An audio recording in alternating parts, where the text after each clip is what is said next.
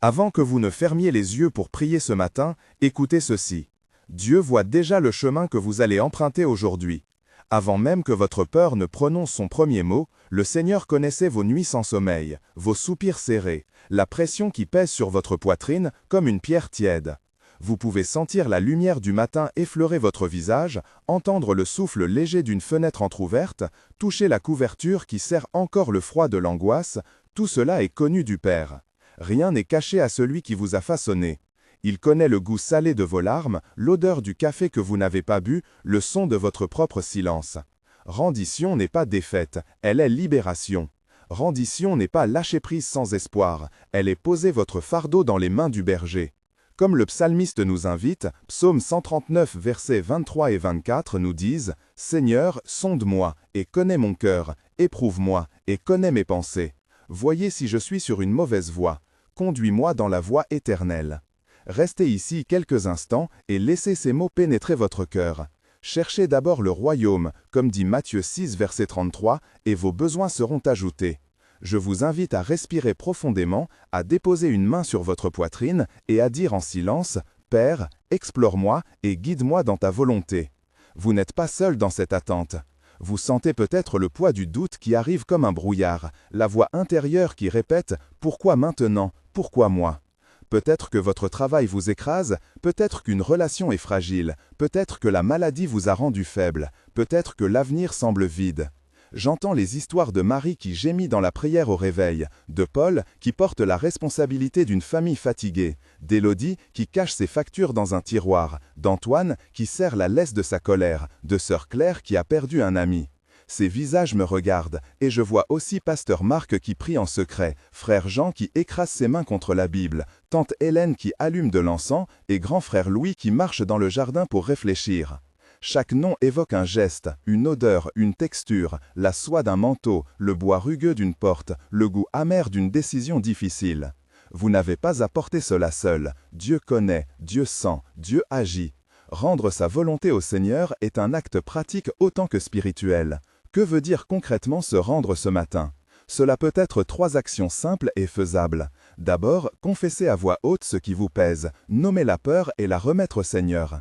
Ensuite, ouvrir la parole et lire un passage court, même 4 versets, et laisser ces mots vous reprendre. Enfin, appelez un frère ou une sœur en Christ pour partager votre fardeau, parce que la foi a besoin de communauté. Imaginez un dialogue intérieur. Vous dites « Seigneur, je suis fatigué, je n'ai pas de force ».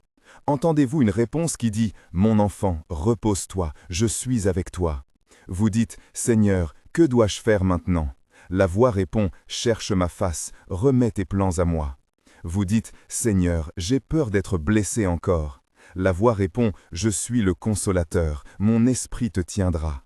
Ces échanges doivent être vrais et prolongés, multipliés en cœur et en voix. La rendition est ce geste précis de déposer, d'ouvrir les mains et de laisser Dieu diriger.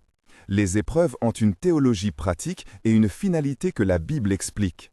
1 Pierre chapitre 1 nous rappelle que vos épreuves servent à éprouver la foi et à produire persévérance.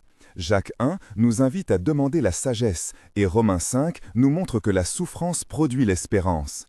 Comprendre cela n'annule pas la douleur, mais lui donne un sens.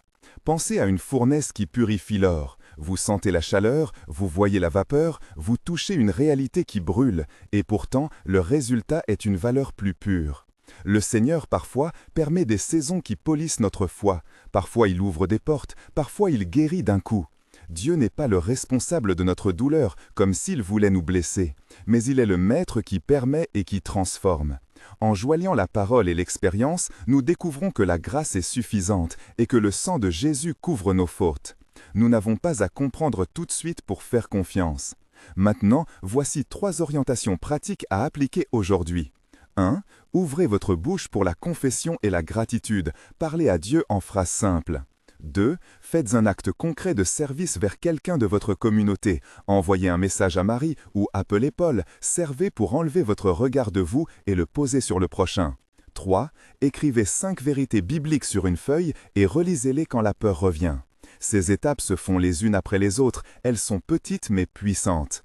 Un petit dialogue pastoral peut vous accompagner. Je dis, Seigneur, je ne sais pas comment commencer. Vous répondez, prends ma main et marche avec moi. Je dis, Seigneur, donne-moi courage. Vous répondez, je mets courage dans ton cœur.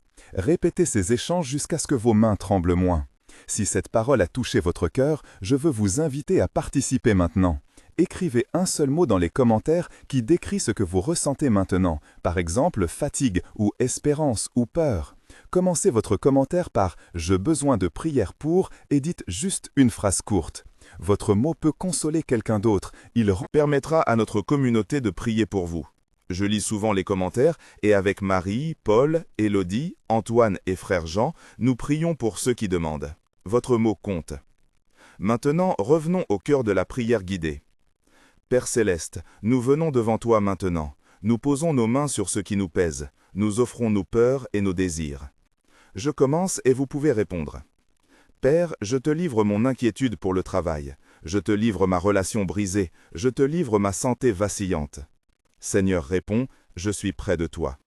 Je dis, Seigneur, montre-moi ta volonté. Donne-moi discernement. Esprit Saint parle, éclaire mes pensées. Je dis, Seigneur, purifie mon cœur. Enlève la honte et renouvelle ma foi. Père répond, par ta paix. Nous confessons nos erreurs. Nous avons cherché notre chemin plutôt que le tien. Nous avons fermé la porte à la réconciliation. Pardonne-nous, purifie-nous par le sang de Jésus. Maintenant nous déclarons, Seigneur, tu es notre direction, tu es notre provision, tu es notre guérison. Je prophétise sur cette vie la justice de Dieu, je proclame la restauration, je proclame la paix. Seigneur, remplis nos mains pour que nous puissions servir. Donne du pain à ceux qui ont faim. Donne repos à ceux qui sont fatigués. Nous prions pour Marie, pour Paul, pour Élodie, pour Antoine, pour Sœur Claire, pour Pasteur Marc, pour Tante Hélène et pour Louis. Nous demandons guérison, sagesse, provision, réconciliation, protection. Esprit Saint, approche-toi et fais ce que nous ne pouvons pas faire.